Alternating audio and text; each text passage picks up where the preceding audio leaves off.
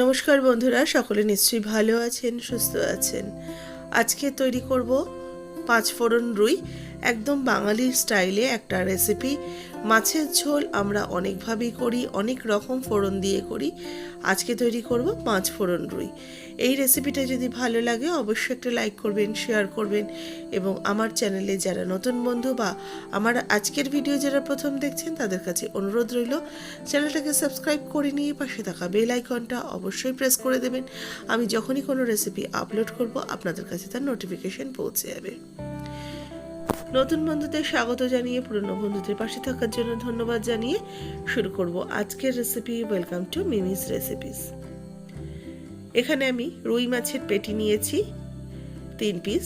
মাছের গায়ে প্রথমে লবণ আর হলুদ গুঁড়ো মাখিয়ে নেব। আন্দাজ মতো লবণ দিলাম আর হাফ চা চামচ হলুদ গুঁড়ো দিলাম। হলুদ গুঁড়ো আর লবণ দিয়ে মাছটাকে ম্যারিনেট করে নেব। কারোর যদি মাছের মধ্যে একটু আঁশটেনে গন্ধ লাগে বা মাছ খেতে ভালো না লাগে তারা কিন্তু একটু লেবুর রসও এই সময় ব্যবহার করতে পারেন। তাহলে দেখবেন মাছের যে আঁশটেনে গন্ধটা সেটা একদমই চলে যায়। এবার কড়াইতে দিয়ে দিয়েছি সর্ষের তেল। 2 টেবিল চামচ সর্ষের তেল দিয়েছি। তেলটাকে খুব ভালো করে গরম করে নিয়ে একটা একটা মাছ দিয়ে দেবো ভাজার জন্য। তবে পেটির মাছ খুব বেশি পরিমাণে ভাজবো না, হালকা করে ভাজবো। পেটির মাছ কিন্তু খুব বেশি ভাজলে পেটির মাছের স্বাদ কিন্তু একদমই থাকে না, নষ্ট হয়ে যায়।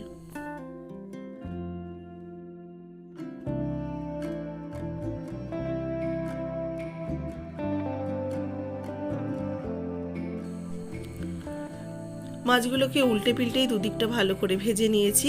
এবার এই মাছগুলোকে উঠিয়ে রাখবো।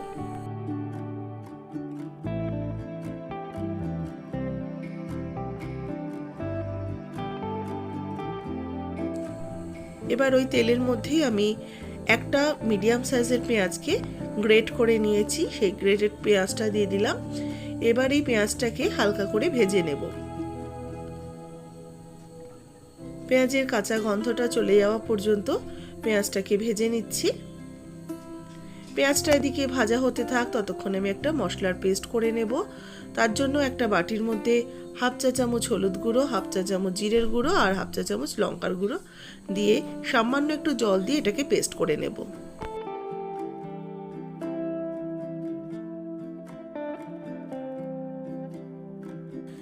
এতে কিন্তু ধনের গুঁড়ো পড়বে না, এটাতে শুধুমাত্র জিরের গুঁড়ো দিয়েই করছি। পেস্টটা তৈরি করা হয়ে গেছে। এদিকে আমার পেঁয়াজটাও কিন্তু ভালো করে ভাজা হয়ে গেছে। এবার এর মধ্যে মশলার পেস্টটা অ্যাড করে দিলাম। এবার এটাকে পেঁয়াজের সাথে ভালো করে মিশিয়ে নিয়ে মশলাটাকে বেশ কিছুক্ষণ সময় ধরে কষিয়ে নেব। মশলাটাকে বেশ মিনিট 3-4 সময় ধরে কষিয়ে নেব। এর মধ্যে স্বাদ মতো লবণ দিয়ে দিলাম। লবণ দিয়েও ভালো করে মিশিয়ে নিচ্ছি। এটা থেকে বেশ শুকনো হয়ে যাবে আর তেলটাও ছাড়তে শুরু করবে, ততক্ষণ আমি কষিয়ে নিচ্ছি। মশলাটা কিন্তু বেশ ভাজা ভাজা হয়ে গেছে, কষানো হয়ে গেছে, দেখুন এক জায়গায় চলে এসছে। এবার আমি এর মধ্যে জল দিয়ে দিচ্ছি মাছের ঝোল করার জন্য। প্রায় আমি 1.5 কাপের মতো জল দিলাম। জলটা দিয়ে ভালো করে ঝোলটাকে মিশিয়ে নিচ্ছি। এবার এর মধ্যে ভেজে রাখা মাছের পিসগুলো অ্যাড করে দেব। ভাজা মাছের পিসগুলো দিয়ে এবার একটু হালকা করে নাড়াচাড়া করে নেব আর ঝোলটাকে আমি ভালো করে ফুটতে দেব ঢাকা চাপা দিয়ে। কিছুক্ষণ পর ঢাকাটা খুলে নিচ্ছি। 1 মিনিট পরে দেখুন ঝোলটা বেশ ঘন হয়ে এসছে আর একটু মাছগুলোকে আমি উল্টে দেব যাতে দুদিকেই মাছগুলো সমানভাবে সেদ্ধ হয়ে যায় আর ঝোলের যে টেস্টটা সেটা যেন মাছের মধ্যে চলে আসে। এবার এটাকে আবারও ঢাকা দিয়ে আমি পাশের গ্যাস বার্নারে বসিয়ে দিচ্ছি। আর এই গ্যাস বার্নারে একটা কড়াই বসিয়ে তার মধ্যে 1 চামচ তেল দিয়ে নিয়েছি।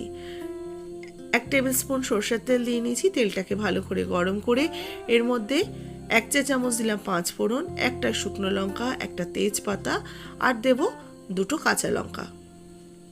কাঁচা লঙ্কা দুটো অবশ্যই চেরা দিলাম। এবার এই ফোড়নটাকে কয়েক সেকেন্ড নাড়াচাড়া করে নিয়ে ফোড়নটাকে ভাজা ভাজা করে নিচ্ছি। খেয়াল রাখবেন ফোড়নটা ভাজা যেন হয়, পুড়ে যেন না যায়। এবার এই ভাজা ফোড়নের ওপরে মাছের ঝোলটা আমি অ্যাড করে দিলাম। মাছের ঝোলটা দিয়ে ভালো করে আবারও নাড়াচাড়া করে নেব। এবার এই ঝোলটাকে আমি ফুটতে দেব।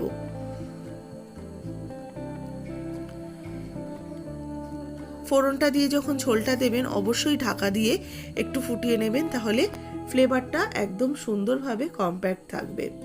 ঝোলটা ফুটে গেছে, আর কিন্তু এটা করণীয় কিছু নেই। এবার এটাকে নামিয়ে আমি সার্ভ করে নিচ্ছি। কেমন লাগলো আজকের এই 5 ফোড়ন মাছের ঝোল বা 5 ফোড়ন রুই? ভালো লাগলে অবশ্যই লাইক শেয়ার করবেন, এবং যারা আমার চ্যানেলে নতুন তাদের কাছে অনুরোধ চ্যানেলটাকে সাবস্ক্রাইব করে নিয়ে পাশে থাকা বেল আইকনটা অবশ্যই প্রেস করে দেবেন।